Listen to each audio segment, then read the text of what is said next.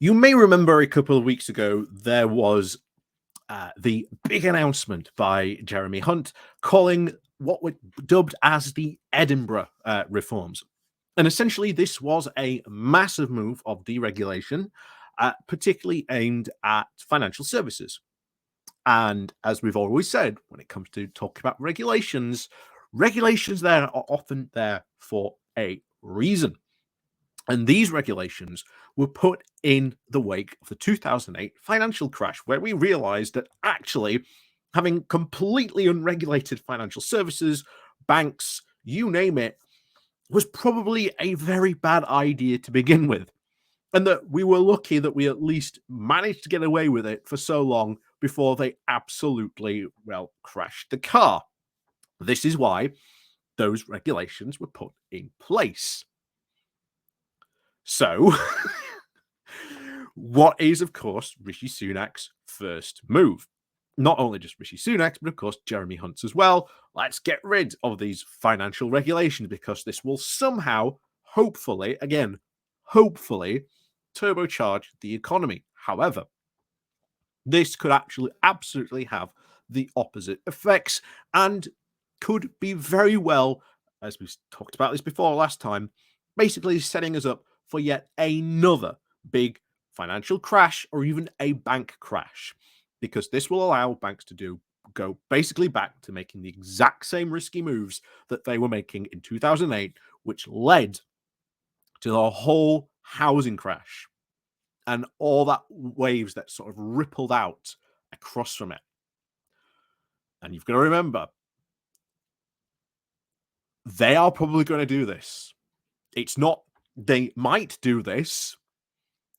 No, they are going to do this. So this is potentially very, very much showing a lot of the problems to come. And of course, yet another problem we're going to have to sort out. So let's go diving into this because, like I say, the campaign group here has a very, very valid point about the problems getting rid of these regulations is going to create. And as I've said, regulations are very, very important. And unfortunately, not enough people in the UK really pay attention to regulations. But as I said, if the retained EU law bill certainly goes through, next year, a lot of people are going to suddenly realize just how important regulations really are. So before we go diving into this, please do remember to hit that like, share, and subscribe button. Also remember to ring the bell as well so you get notifications. And of course, down below, there are links to my Patreon page, the one-off donation link called Buy Me Coffee, where you can well buy me coffee. And of course, the YouTube thank you button. And of course, the Pony Club down below as well. So let's crack on with this then, shall we? So this comes from the National Scot with the title of Campaigners Warn Post-Brexit Bill Will Sow Seeds of Another Bank Crash. A post-Brexit bonfire of banking rules planned by the UK government risks driving up food and energy prices even further, campaigners have warned. The Financial Services and Markets Bill, which is currently going through the House of Lords, will bring a massive shake-up to how the sector is regulated in the wake of leaving the EU. The social justice campaign organization Global Justice Now has raised concerns that the move towards deregulation could sow seeds of a further financial crash, which will make it easier for bankers to gamble on food and energy prices in the middle of a cost of living crisis. Exactly. This is what happened last time under the housing crisis. This is what we've got to remember, because you will now have groups that are going to short energy prices, basically banking on the fact that these companies are going to fail. So, this is how some of these groups act. And having them act this way is going to potentially drive up food and energy prices, potentially even more, banking on some of these products failing. Because that's how they make their money. And this is incredibly worrying that we are getting rid of these types of regulations. It's not going to be good, unfortunately. But back to it. So when the bill was introduced to Parliament, the UK government said that it would, quote, seize the opportunities of Brexit by tailoring the financial services regulation to UK markets to bolster the competitiveness of the UK as a global finance centre. And of course, when they mean, again, we've talked about this before, when they're talking about competitiveness, it basically just means deregulation. We want to deregulate. As I've said, you've got to understand the language that these people use, because they never come out and say, we're going to get rid of these rules. We're just doing it for a competitive advantage, or to bring some freedom, or we're going to liberalize, these things.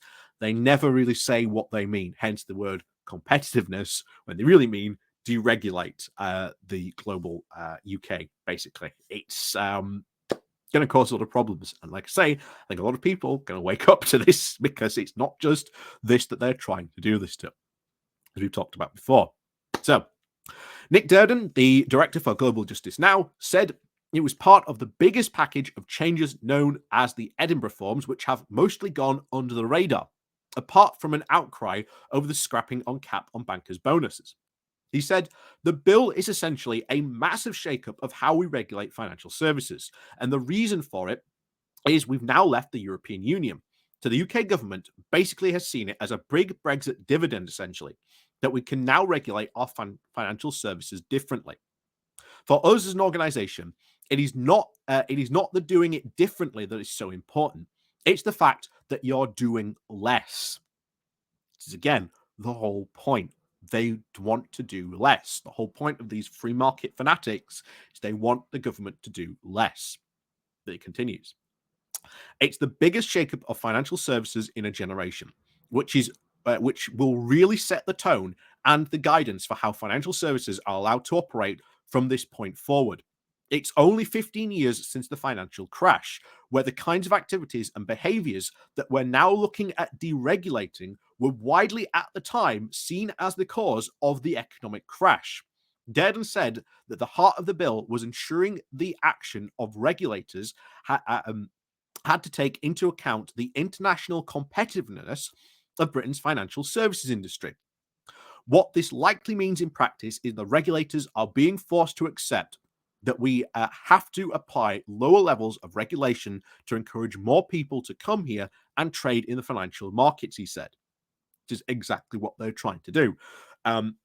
This, again, hasn't been really proved to work, but what they're doing is they're doing it because this is what their ideology says. Their ideology says the less regulations you have, more people should magically come to do business in the UK.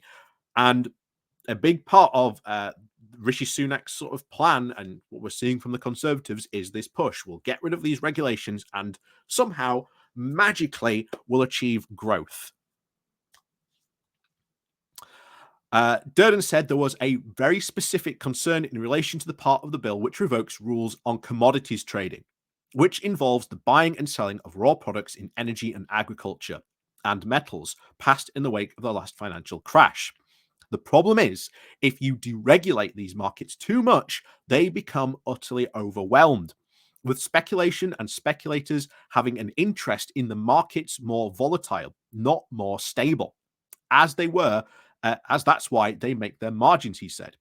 That's exactly what happened pre-2008, and at a time there was an enormous food crisis right now all the way around the world. He added, we campaigned at that time for a bunch of rules to be applied to these markets, and we didn't get exactly what we wanted, but it made the situation somewhat better. It constrained those markets a little bit and made it more transparent and concise how much of the market any one trader can hold. What the government is planning here is basically to strip away those regulations again, which I think is very particularly perverse, given that we are in another cost of living crisis where the high price of food and energy is a huge concern for people, but is a much more of a concern for people around the world. Global Justice Now has set up a petition to raise awareness of the concerns about this bill in the coming weeks, which is going through the committee stage in the House of Lords in the coming weeks. So, yeah, I agree completely. I agree. We've talked about regulations, how important regulations are. Cannot stress how important some of these regulations are. And like I said, he's exactly right. This is what we always say when we come back to regulations. Regulations very often aren't just put in there to block competitiveness or stop innovation. They are put in there for a reason. This is because pre 2008, you had the speculators going around going, well, this market looks about to crash. So I'm going to short some positions here and, make a ton of cash when the market fails. Or, buying up as much stock as they can in artificially inflating the price and then just doing a whole pump and dump. There was a ton of things that they got away with pre 2008. That still some of what is still going on, but because these regulations have been in place, they haven't been able to go as wild or as crazy as they did certainly pre 2008. And of course, now take away those protections, take away those regulations. What do you think's going to happen? It's pretty obvious. And it's not going to happen instantly, but given how volatile everything is at the moment, yeah, you can see why this should be, I think, a very large concern for a whole lot of people out there. So, as always, thank you very much for watching. Please do remember to hit that like, share, and subscribe button. And of course, down below, there are links to my Patreon page and one notification link called Buy Me a Coffee, where you can buy me a coffee. And of course, the YouTube thank you button. And of course, the Pony Club down below as well. So, as always, guys, thank you very much for watching. And of course, we'll see you all next time.